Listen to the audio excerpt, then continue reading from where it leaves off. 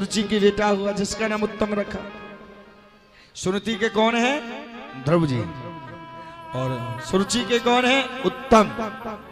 एक दिन ध्रुव जी जा रहे थे महल में, जाते जाते ध्रुव उत्तानपाद ने देखा बेटा आ रहा है। ध्रुव जी दोनों हाथ लंबे किए।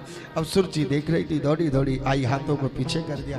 खबरदार जिस बालक को लिया जंगल में जाना, जंगल में भगवान जब दर्शन देने तो वरदान मांगने ना, आपके जो जन्म हो सुरुचि के गर्भ से हो, पिता की गोद मिले। अब ध्रुव जी रोते रोते रोते रोते आए, रोते रोते आए, माँ के पास आए।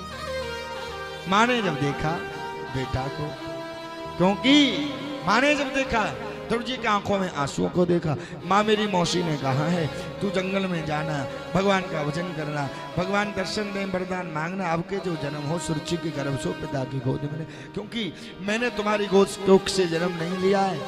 सुरुचि बोली हाँ हाँ तेरी मौसी ठीक तो कहती है, कोई बात नहीं है, वो माँ है, वो माँ है। महारानी सुनीति जैसा अनुग्रह जीवन में प्रत्येक माता के जब होगा तो निश्चित ही ध्रुव जैसा बेटा जरूर होगा, जरूर होगा। सुनीति आज परिक्रमा की, परिक्रमा करके ध्रुव जी ने जंगल की ओर भगे। सामने से नारद जी आ रहे थे। नारद जी ने देखा ये कौन है? छोटा बालक है। अब आए, तेरा नाम कौन हो? क्या नाम है? बोले मेरा नाम है ध्रुव।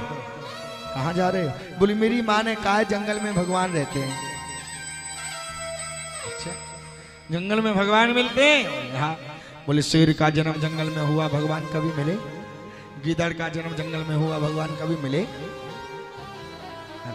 ध्रुव जी बोले नहीं मुझे जाना है। नारद जी बोले तो बड़ा टीला चेला बनाने लायक है। अब नारद जी ने चेला बना लिया। अब कौन सा मंत्र दिया भगवान ध्रुव जी को? ओम नमो भगवते वासुदेवाय, नमो भगवते वासुदेवाय। 12 अक्षर का मंत्र दिया। गुरु कैसा हो? नारद जी जैसा। और एक बात स्पष्ट समझ लेना, जिसे नारद जी जैसा गुरु जीवन में मिला उसे भगवान का दर्शन जरूर हुआ, जरूर हुआ। जिसे नारद जी जैसा गुरु मिला, क्योंकि नौकरी गुरु जी की बड़ी खरी है, बड़ी अद्भुत है। बड़ी नौकरी जो है भगवान की करना है तो भगवान के चरणों की नौकरी करो। राधे राधे। ओ मेरे सतगुरु तेरी नौकरी सबसे बढ़िया है, सबसे खरी हो। मेरे सतगुरु तेरी नौकरी। मान करो, बटवृक्ष के नीचे खड़े हो गए। ओम नमो भगवते वासुदेवाय। इतिहासा पुराण वेदा। पहला महीना शुरू हुआ। पहले महीने में 3 दिन के बाद कुचले में, दूसरा महीना शुरू हुआ 6 दिन के बाद कुचले में, तीसरे महीने में 9 दिन के बाद भगवान ध्रुव जी कुछ लेते हैं, चौथे महीने में 12 दिन के बाद कुछ लेते हैं, पंचमे मन प्राप्ति, 5वें महीने में सब कुछ छोड़ दिया। 6वां महीना जब शुरू हुआ तो भगवान ने अपने ध्रुव जी ने सांस को रोक लिया, सांस रोक लिया भैया। ओम नमो भगवते वासुदेव जाप कर रहे ध्रुव जी, भगवान का दर्शन है। सबकी सांस रुकने लगी। देवता घबरा गए। देवता दौड़े दौड़े दौड़े ब्रह्मा जी के पास गए। ब्रह्मा जी के पास जब गए तो देवता बोले क्या हो रहा है? ब्रह्मा जी बोला जो तुम्हारे संग हो रहा है वो मेरे संग भी हो रहा है। सांस बंद है गई सबकी, पशु पक्षियों की सांस रुक गई, हवा रुक गई, भगवान सांस रुक गई। देवता घबरा गए। देवता दौड़े दौड़े नारायण के पास गए। अब नारायण ने ध्यान लगाया। 5 साल का बालक अपनी सांस को रोक के ओम नमो भगवते वासुदेव। ध्रुव जी भगवान तैयार हो गए।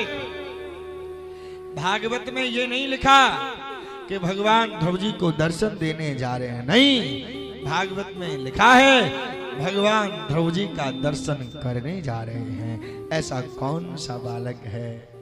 चतुर्भुज रूप लेके भगवान आए, नहीं खड़े हो गए। अब ध्रुव जी ना मंत्र जानते ना श्लोक जाने। आंख बंद करके अंदर दर्शन हो रहे हैं। जब दर खोला, आंख खोले, सामने भगवान मूकम करो पंघम लंघ्यते गिरि यत कृपाहं तमहं वंदे परमानंद माधवा। भगवान कृपा में होकर के आज ऐसी सामने है भगवान ध्रुव जी। अपने कपोलों को भगवान ने ध्रुव जी को राग लगाया, ज्ञान का भंडार भर गया। सुंदर विमान में बैठा के भगवान इस कहा उत्तान पाद की ओर लाए हैं। आरती का थाल उतारा। भगवान सुरुचि ने ध्रुव जी का भगवान उत्तान पाद के चरणों में प्रणाम किया। उत्तान पाद ने ध्रुव जी को राज्याभिषेक करके जंगल में भजन करने चले गए। ध्रुव जी ने कितने हजार वर्ष राज किया? 36,000 वर्ष तक राज ध्रुव जी ने किया। एक दिन की बात, ध्रुव जी के जो भैया हैं उत्तम, वो कुबेर के बगीचा को उजाड़ने लगे, उजाड़ने लगे। कुबेर के यक्षों ने कहा मान जाओ, कुबेर का बगीचा है, नहीं माने। युद्ध करते करते उत्तम को मार दिया। ध्रुव जी को पता लगा। ध्यान से सुनना, बड़ी सुंदर बात है।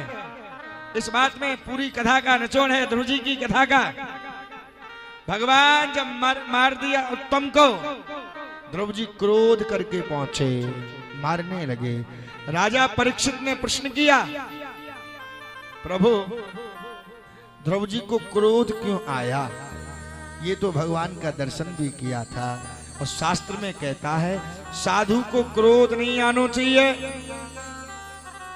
पर ध्रुव जी को क्रोध क्यों आया? तो भगवान सुखदेव ने कितनी सुंदर बात कही। बोले भगवान ध्रुव जी को भगवान तो मिले, पर अभी तक सत्संग नहीं मिला। सत्संग अगर मिल गया होता तो ध्रुव जी को क्रोध नहीं आता। बिन सत्संग विवेक न होई, विवेक न होई, राम कृपा बिन